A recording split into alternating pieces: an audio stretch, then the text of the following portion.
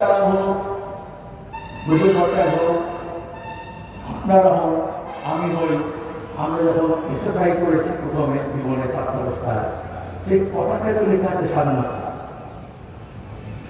এখানে তাহলে হিন্দিতে বা উর্দুতে স্বাধীনতা হচ্ছে আজাদি। এদের স্বাধীনতার জন্য এত লাঠি গুলি ফাঁসি ক্ষুদিরাম থেকে হচ্ছে,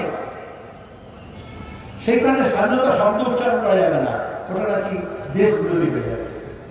আসলে যারা দেশটাকে ভালোবাসেন, যারা ইংরেজের বিরুদ্ধে রুখে দাঁড়ায়নি, যারা দেশের স্বাধীনতা চায়নি, তাদের কাছে এই শব্দটা খুব খারাপ। এই সাভারকার বলে না, বীর সাভারকার চিত্রাং বলেছে, পার্লামেন্টারি বলেছে, আমি রসগোল্লা বলেছে,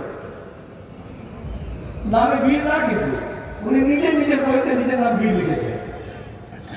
আমার ছোটবেলায় বলতে যাবে বড় বড় বড় সিং হয়।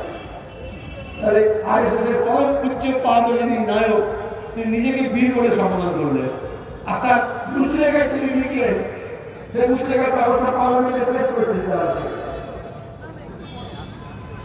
যে আমি যদি আমাকে জেল থেকে মুক্ত করে দাও, তাহলে আমি আর জীবনে কোনোদিন আজাদি শব্দটা ব্যবহার করবো না, লিখবো না, মুক্তি কথাটা উচ্চারণ করবো না, স্বাধীনতা কথাটা বলবো না, এবং আমাদের যুব সমাজ যাতে কেউ ইংরেজ শাসনের বিরুদ্ধে স্বাধীনতার কথাটা তুলে না নেয়, তার জন্য আমি তাদেরকে মোটিভেট করি।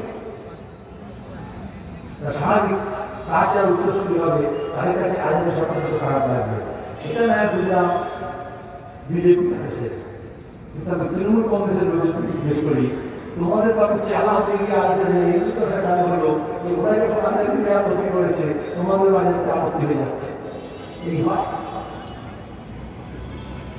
हिंदी में बोलना ना, खरबूजा को देख के खरबूजा रंग बदलता है।